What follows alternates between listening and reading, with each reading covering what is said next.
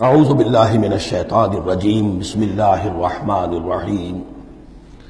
سورۃ الرحمن اور سورۃ الواقعہ یہ آخری جوڑا ہے۔ میں نے عرض کیا تھا شروع میں کہ یہ 7 صورتیں جو ہیں ان میں سے سورہ قاف منفرد ہے، سورہ ذاریات، سورہ طور جوڑا ہے، سورۃ النجم، سورۃ القمر جوڑا ہے، سورۃ الرحمن، سورۃ الواقعہ یہ جوڑا ہے۔ یہ جوڑا بڑا عجیب ہے۔ قرآن مجید کی یہ 2 صورتیں ایسی ہیں کہ نبوت، رسالت، وحی ان تینوں کے ذکر سے بالکل خالی ہے، ذکر ہی نہیں۔ ہر صورت کا اپنا ایک مزاج ہے، اپنی ایک خاص شان ہے اس میں۔ اور دوسرے یہ کہ سورہ رحمان جو ہے یہ واحد صورت ہے پورے قرآن میں جس میں مسلسل خطاب جنوں اور انسانوں سے متواتر ہو رہا ہے، پیرلل۔ ویسے تو یہ کہ یہ بات میں عرض کر چکا ہوں کہ جنوں میں کوئی نبی نہیں، ان میں روح نہیں ہے، روح آدم میں پھونکی گئی تھی، اور چونکہ ریسیپینٹ آف وحی از روح تو ان کے ہاں وحی نہیں ہے، لہذا وہ بھی جو انسانوں میں رسول آئے ہیں انہی کی ہدایت کے پیرو رہے۔ ان میں سے جو اچھے لوگ ہیں، جو نیک لوگ ہیں، وہ ایمان لائے، جس کی ایک مثال ہمارے سامنے آ بھی چکی ہے۔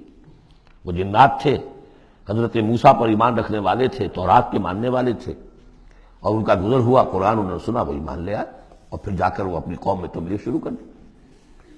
تو گویا کہ قرآن مجید میں جب یا ایھا الناس کہا جاتا ہے تو اگرچہ انسان مراد ہیں، لیکن یہ کہ انہی کے تابع خطاب جو ہے وہ جنات سے بھی ہے، لیکن اس صورت میں اس کو کھول دیا گیا۔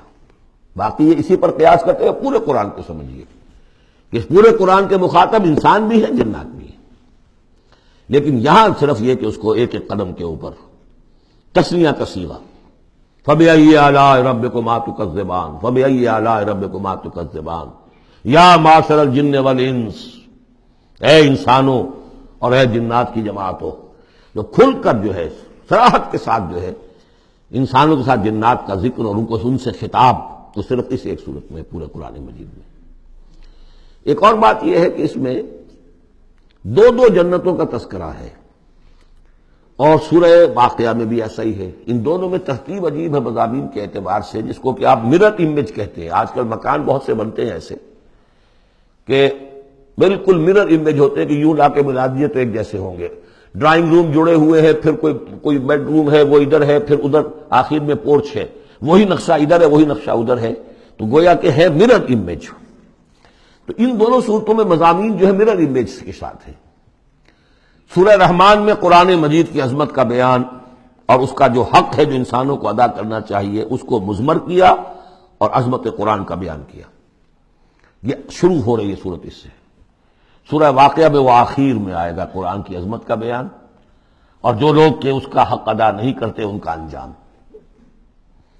پھر اس میں اس کے بعد جو ہے پہلے ذکر ہے اہل جہنم کا، اور اس کے بعد ہے 2 طرح کی جنتوں کا، 2 درجے ہیں اہل جنت کے، لیکن وہاں کیا ہے؟ پہلے تذکرہ ہے دو کامیاب گروہوں کا، اور پھر آخر میں تذکرہ ہے جہنمیوں کا۔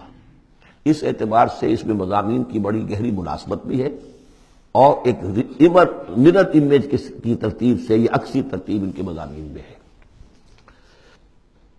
سورۃ الرحمن بسم اللہ الرحمن الرحیم، نوٹ کر لیجئے یہ ترجیحی جو آیت ہے اس میں 31 مرتبہ آئی ہے آیت۔